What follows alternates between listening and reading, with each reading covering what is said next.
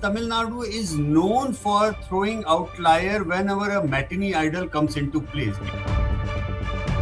He has simply rode his popularity into the office with unpopularity of the government. Imagine if Jairam Jayalalitha would have been alive, do you think Vijay would have got these many votes?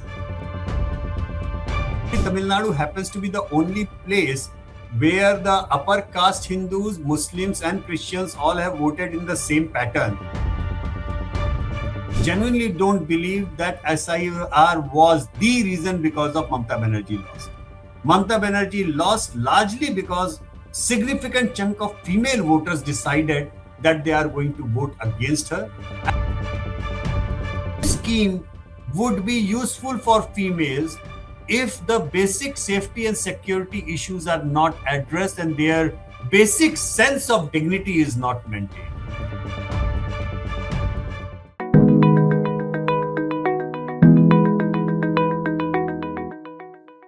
Hello and welcome. You're watching me, Sanket Upadhyay, on the Federal. The show is called AI with Sanket. This is the AI of news because news in India today requires not artificial but analytical intelligence. My guest this evening is Mr. Yashwant Deshmukh. You have known him and seen him on television analyzing election data, election results, conducting surveys and polls. Let's understand from him what is his assessment of the 5 assembly results and how he looks at each one of them, especially the more interesting ones, West Bengal and Tamil Nadu. Mr. Yashwant Deshmukh, thank you so much, sir. Let's begin with Tamil Nadu first, because the federal focuses a lot on the south, among other states. And Tamil Nadu results, apart from that one outlier of an exit poll, and we are not going to comment too much about exit polls, I want to concentrate more on the result that has come. I want to know from you your assessment on why Tamil Nadu did what it did. And what does this mean for the conventional Dravidian duopoly? Well, first of all, let me start with saying that this is neither extraordinary nor out of the blue for Tamil Nadu. Why? Because Tamil Nadu is known for throwing outlier whenever a matinee idol comes into place, be it MGR, be it in the case of Jayalalitha, be it Karunanidhi ji. And many people are asking me, why only Vijay? Why did Rajnikant could not enter? Why Captain Vijay Kant did not matter that much? Kamal Hassan did not matter. So the answer to that question is that when you have 2 star performers from matinee side, Jayalalitha and then in the case of Karunanidhi, 2 star performers are already there, that there was no place for a third actor to join in the race. So Vijay actually had a perfect timing. When he entered, all these stalwarts were gone, and as far as the matinee show idolism is concerned, he had a very clear pitch. You know, consider this thing that Edapalli Palaniswamy has a zero movie backdrop. He is a very plain grassrooted politician. And to give due credit to him, he, even after everything, he has remained relevant. He won his seat with the highest margin in the state. You know, in the western and the southern parts, he has maintained his relevance in the rural Tamil Nadu without even any cinema backing coming his way. On the side of Mr. Stalin himself is not a cinema thing, but his son is into the cinema, but nowhere matches the charisma of Vijay in the cinematic side. So that side, from talking about the super heroic entry of Vijay is concerned, he actually got not only the profit of anti-incumbency around, but he also got benefited from the fact that the 2 biggest names who have been dominating Tamil Nadu politics for 4 decades were no more there. They died. So there was a vacuum. Then there was youth and the female, charisma, female voters, magnetism towards him and like that. And then the urban youth. That is where it is a amalgamation of all these 3. But it is not to be compared neither with MGR in that way, neither with Telugu Desam party in that way, nor even Arvind Kejriwal in that way, because all these gentlemen, when they came in, they swept and swept like anything, from zero to ekdam pinnacle kind of thing, where Kejriwal came in 67-3, 65-3, and like that. MGR swept in a way, Jayalalitha swept in a way. When Karunanidhi ji used to sweep, he was swept in a way. Telugu Desam history, you know how he won, NTR won. So when you compare it to that way, you realize that, okay, this is an important moment in Tamil Nadu politics, but it is neither new nor out of the blue, nor extremely, extremely extraordinary sweep, because he has fallen short of the magic number one. Number two, he has managed 35%, DMK with 31 and ADMK with almost 30%. They are breathing down his neck. It's not that they have gone out of the focus, out of this thing. And that is telling me that, yes, it is an extraordinary movement for Vijay, and in that way that he has brought in a third angle, which everybody was expecting, probably with Rajnikant's entry 10 years back, which he decided not to do. Prior to that, with Captain Vijay Kant, everybody thought that it will happen. He could not do. Remember, he won seats only when he got into alliance with Jayalalitha's party. And after winning enough seats, he decided to become the leader of opposition rather than joining the government. So, all in all, full credit to Vijay for running a spirited campaign. He has a similarity in fractions with many of these things, which is making him a very unique thing. Like, for example, in case of Aam Aadmi Party, he has a direct position of putting up fresh faces, non-political faces. So overwhelming majority of his MLAs are non-political from the background, which Arvind Kejriwal did, by the way. So apart from that, at least Arvind Kejriwal had a very clear path, alternative path of governance, which he very clearly stated. These in the policies level, in the other things, I will be implementing. With Vijay, the oddest part is that nobody knows what his policies are, what his government thing will be. He has simply rode his popularity into the office with unpopularity of the government. Imagine if Jayalalitha would have been alive, do you think Vijay would have got these many votes? Then the natural anti-incumbency pendulum would have swung rock, stock and barrel to AIA-DMK. So full credit to him to have entered at the right time, full credit to him to have exploited his popularity, full credit to him to have decided one line that I am neither nor there, I am on my own, That probably has propelled him to this thing. It's a great achievement, no doubt, but at the same time, it's a great challenge as well. He will have to prove himself hard, and that is something which has been quite challenging to many of such leaders when they come into power, and there is not much experience coming the way, Remember, during the MGR times, Sanket, we have seen Tamil Nadu where the welfare policy meant a pair of plastic slippers and a plastic ghada for the women to carry so that they can get enough potable water. That was the level of welfare schemes, And looking at Tamil Nadu right now, where the welfare schemes includes distributing not just color TV and juicer and mixers, but also in terms of giving cash doles and giving gold ornament and whatnot. The sky is the limit for Tamil Nadu politicians these days. So there is a great distance as far as where it is started and where it is ending. Life is going to be very, very challenging for him to fulfill all the promises and expectations that he is building around him. That's a very interesting point that you're making, that he has made promises, he has had a fairy tale entry into the political spectrum, but how is he going to stay there? And could this be a case of a meteoric rise, which will also lead to meteoric rise in expectations and then challenges up ahead? Mr. Yashwant Deshmukh, I want to know, as someone who tracks and has daily trackers on politicians and policy makers, you said that you were not surprised seeing this coming. However, what constituency of Tamil Nadu did Mr. Vijay appeal to? urban youth, urban women, primarily. That's it.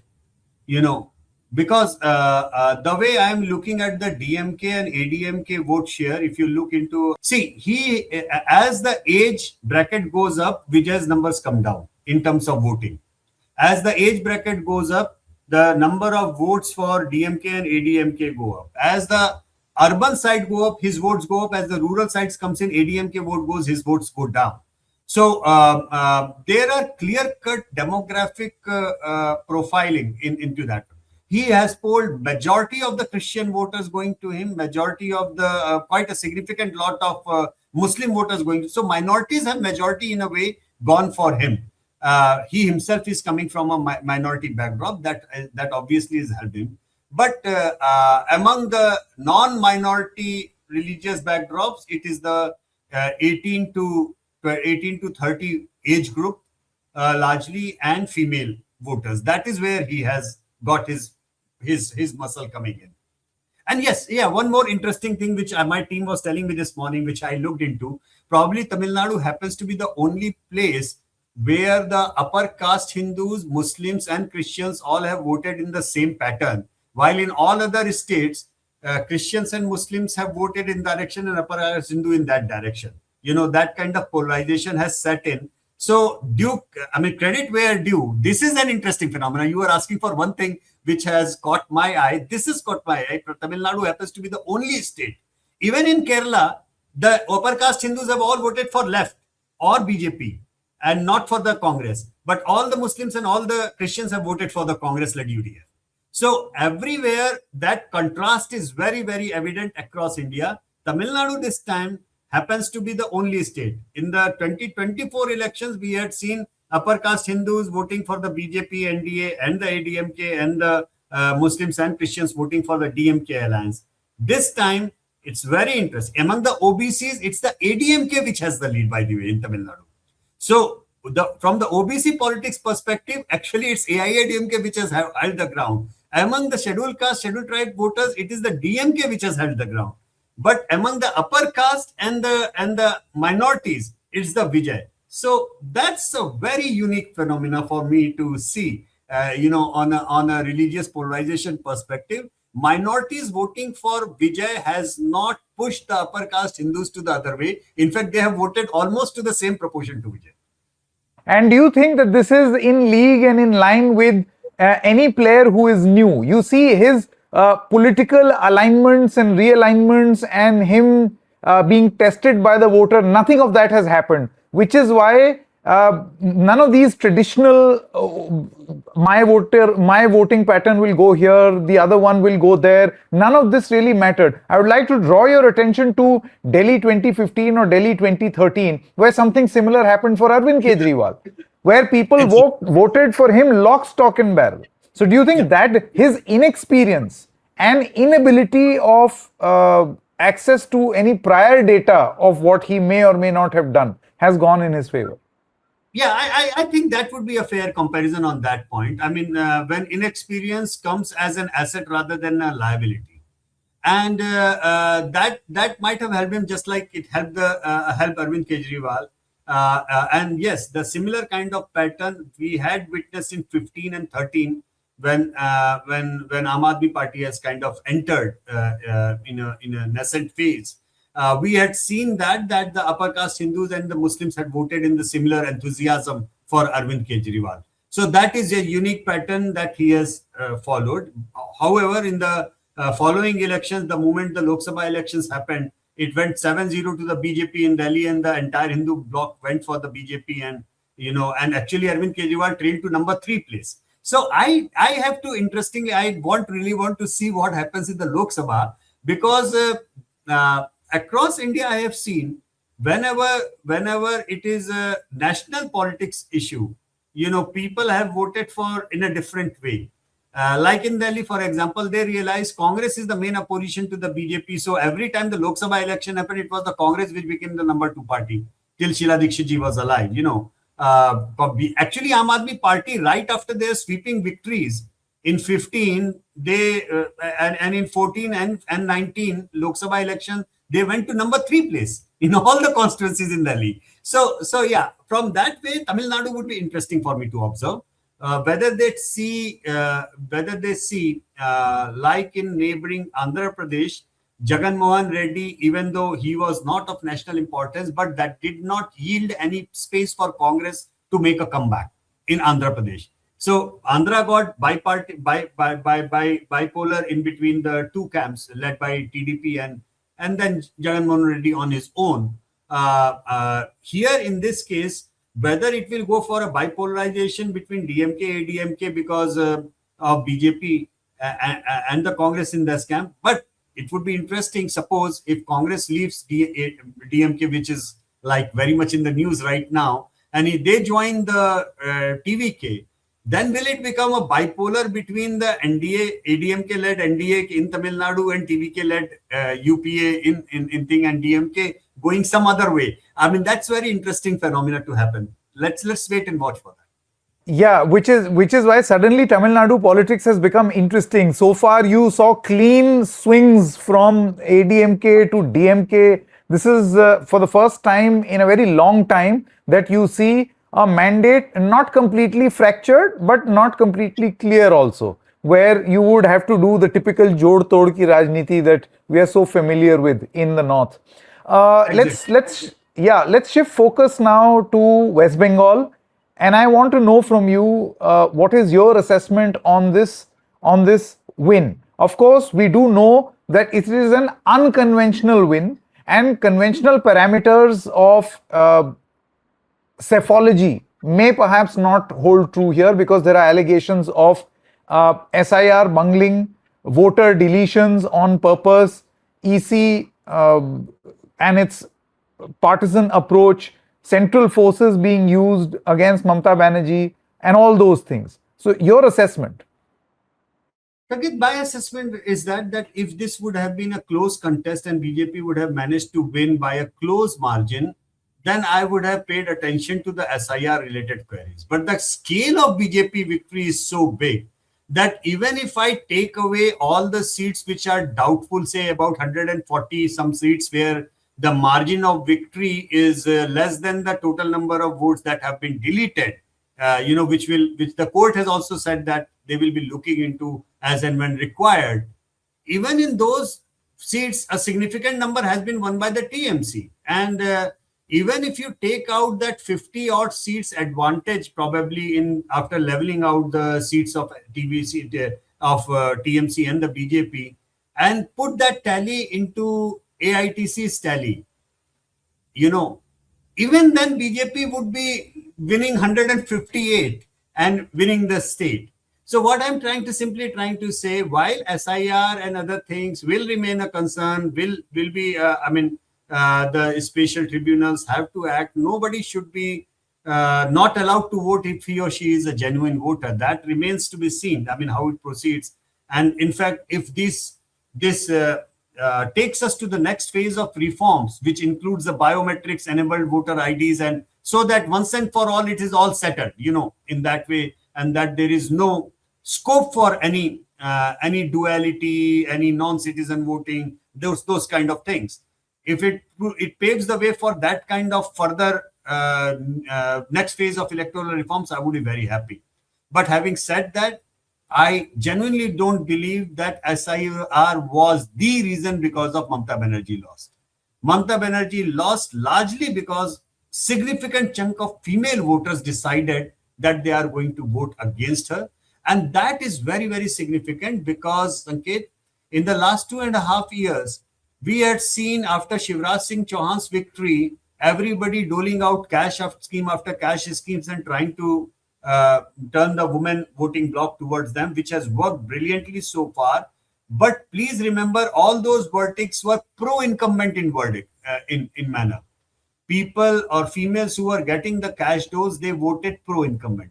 Here it is a very, very strong anti-incumbent verdict that females have voted out even after getting the cash dose. And that is what one should be thinking, why that has happened. Why cash dose were not enough for females in West Bengal? And the answer is a bit uncomfortable to hear. And just hear me out, because I know it is politically incorrect to say in these terms what I am going to say.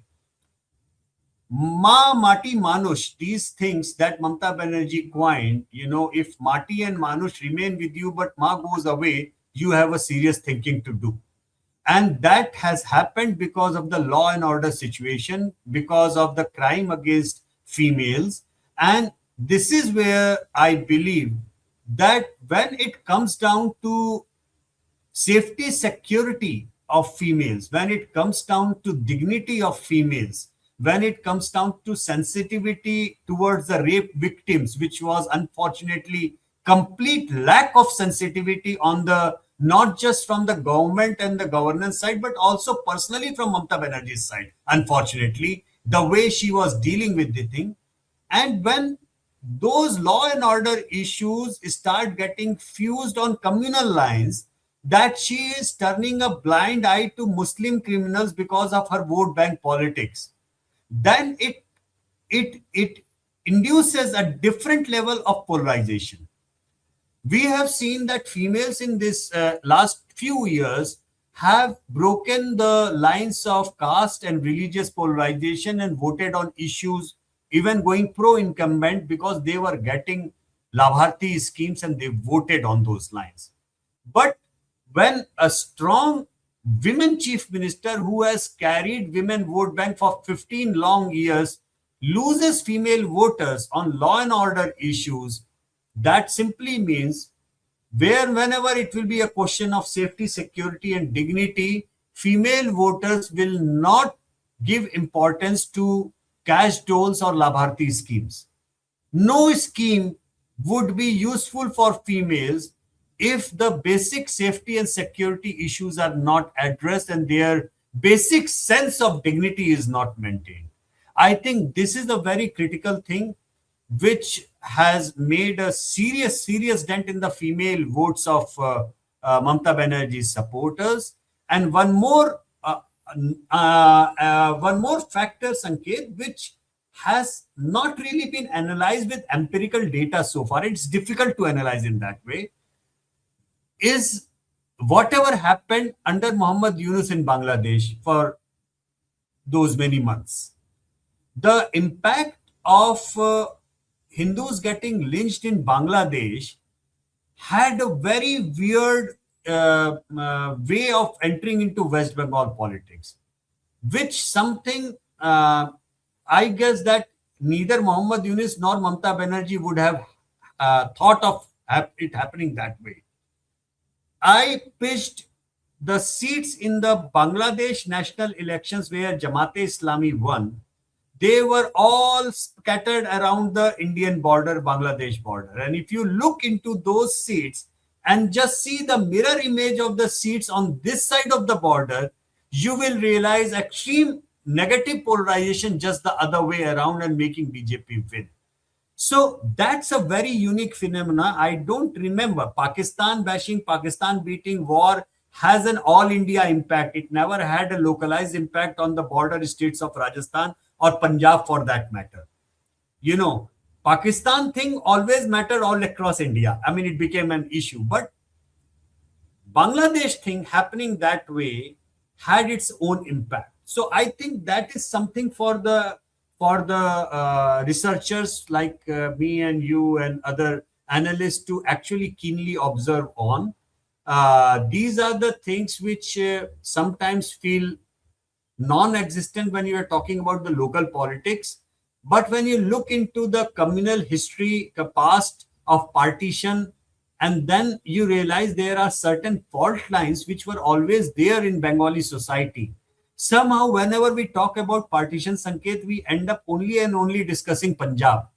We never end up in the narrative, in the movies, literature, and everywhere. Almost 99% dominance of partition stories is always related to Punjab, not to West Bengal. And somehow probably 1971 episode of formation of Bangladesh, as if it took away the anger, that they took away the point of formation of Pakistan, as if we proved a point that cultural identity is bigger than your religious identity because of the formation of Bangladesh. And for us, it got a chapter closed in that way for rest of the India with the formation of Bangladesh. But Bangladesh formation itself that chapter did not close as far as the Bengali psyche and Bengali society was concerned. There were deep-rooted fault lines which were always there even during the rule of left front, but somehow it got plastered with Operation Bargai and other economic reforms and the left front politics and everything in between. The moment BJP entered, and all of a sudden those fault lines were out wide open. And one interesting fact, 75 years back, Sanket, in the first ever election of Union of India, 3 Bharatiya Jansangh MPs won. 2 of them came from West Bengal, Shyama Prasad Mukherjee from Kolkata South, and another gentleman, Durga Prasad Chatterjee, who won from Jhargram. That can tell you what kind of impact it used to have back then, and that will tell you what those fault line reopening them meant this time. In between 75 years have gone, and those 75 years, out of that, I would say 60 long years just went away thinking these wounds have been healed. These issues do not matter. These things are just not there. As if the Bengali Bhadralok of the art and the culture and the literature and the movie and the music and the cinema and everything in between just completely blanked out on those kind of fault lines. And it was only a matter of time when it just happened. So let's appreciate that history, those trend lines. Otherwise we would be only looking at West Bengal results from a binary of SIR, non-SIR, or even the binaries of Hindus and Muslims, which is not the complete pictures. No, I think that's a fair assessment of how you have put your understanding of Bengal results. You said 2 important things. Number 1, SIR was not directly reflected, or SIR alone is not the reason for Mamata Banerjee's defeat as one sees these results. And secondly, you said Mamata Banerjee lost out because she could not convince her traditional woman vote bank to continue to stay with her because of law and order issues. These are the 2 takeaways that I get from what you mentioned about West Bengal. My question is, when you say that SIR had little or no impact on this result, can you back this up with some data point? How do you arrive at this conclusion? That's my first question. Okay. So I will discuss 2 data points with you. Number 1, there are 2 ways of looking at the SIR impact. That wherever the maximum deletions have happened, who has won those seats? Like in Bihar, when SIR was made a huge issue, the top 10 seats where maximum deletions had happened, BJP and JDU had lost all those 10 seats. That's the funny side of it. Even after BJP, JDU swept the entire Bihar election, but the top 10 seats where the maximum deletions happened, they could not win a single seat. And something on the same line has happened in Bengal as well. The proportion of the seats which TMC has managed to win, overwhelming majority of those seats are coming from the areas where maximum deletions have happened. So that's the fact number 1. Number 2, because that's the logic goes, if the votes have been deleted, BJP should be winning those seats. If the votes are not deleted, Mamata Banerjee is staying as strong as she will win those seats. Now, fact number 2, where almost negligible deletions have happened, where Mamata Banerjee should have been winning hands down, BJP's performance in those seats have maximized, where minimum deletions have happened. That means the seats where almost next to zero deletions have happened, when Mamata Banerjee loses those seats by huge margins, that means the natural incumbency had built up and she lost those seats. So these 2 data points itself, and there are very scientific papers, which in fact I was going through one yesterday and today in Hindustan Times, by the way, They have done a direct correlation on seed by seed basis on the impact of deletions as a correlation with the margin of victory and the number of seats that BJP has won.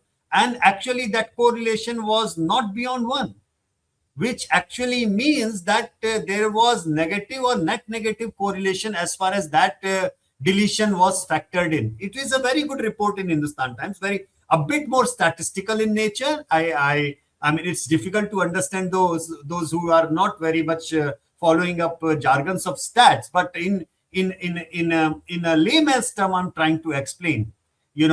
And then I came across another report, which I'm forgetting the newspaper, which was dealing on the margin of victory and the impact and the Muslim votes in that way. So oddly enough, they analyzed that, and if I'm not wrong, it is in Indian Express. You can check on that one.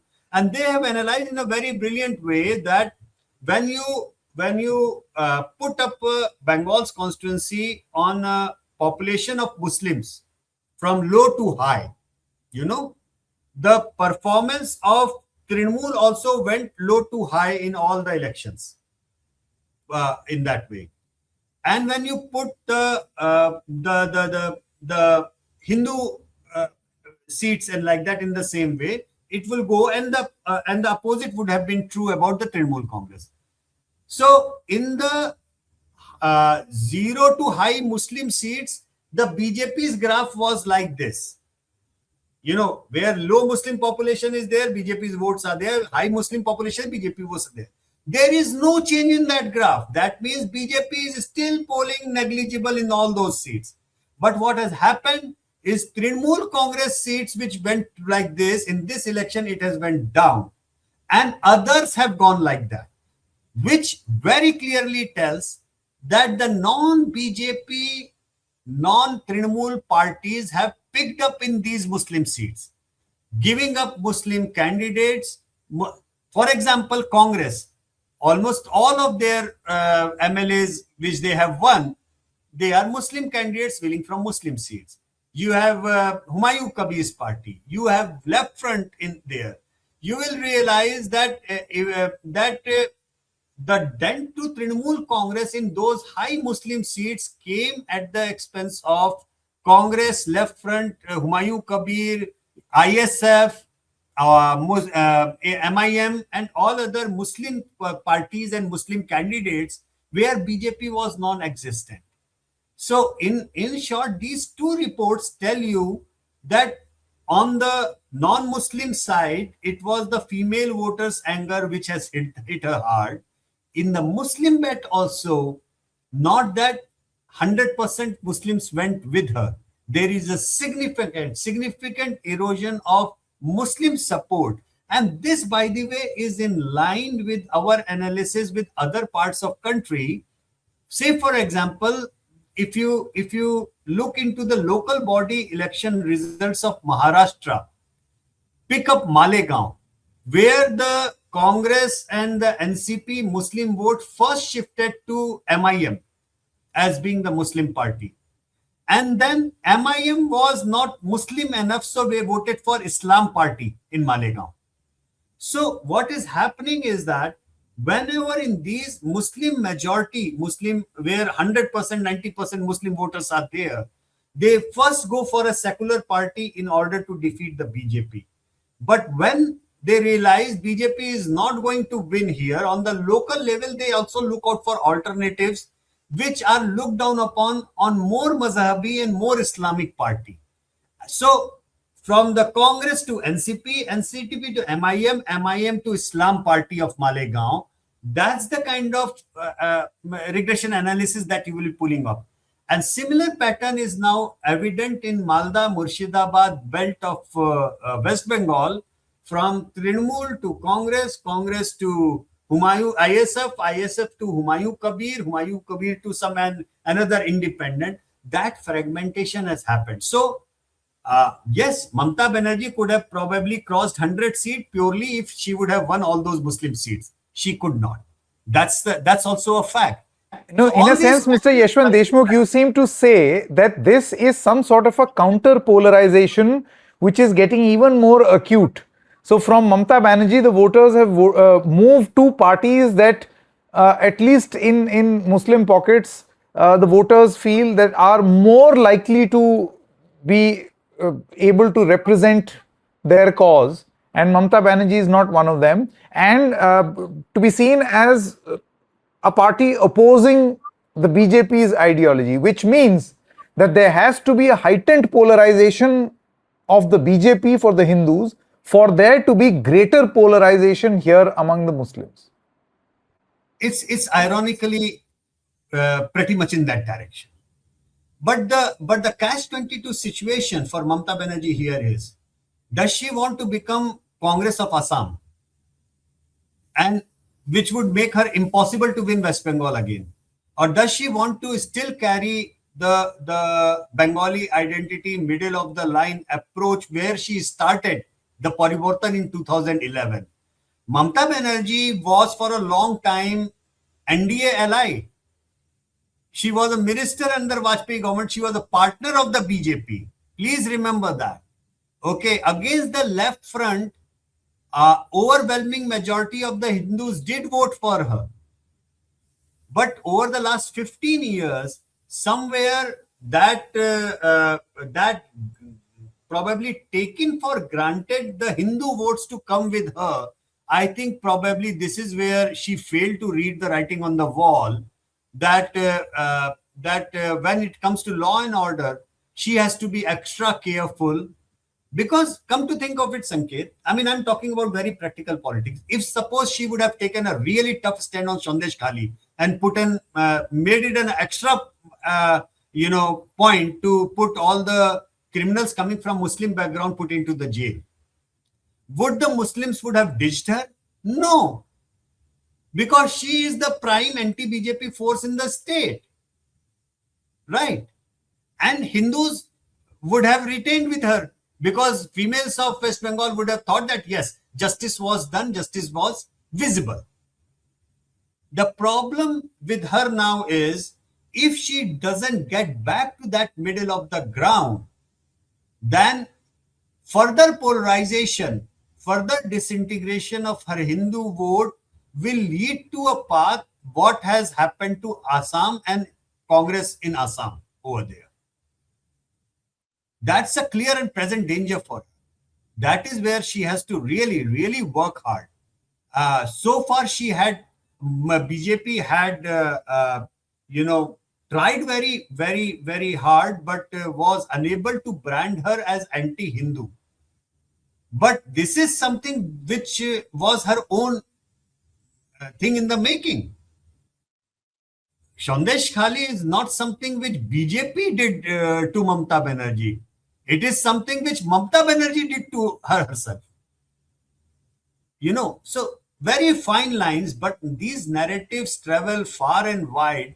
And unfortunately for her, if it would have been just Awami League government in Dhaka and Sheikh Hasina, in reins and keeping a check on Jamaat-e-Islami in Bangladesh, that narrative would not have got fuel of the Hindu lynching in Bangladesh and other things that happened across the border. But as they say, when the things go wrong, everything goes wrong. And that's probably what has happened. Exactly.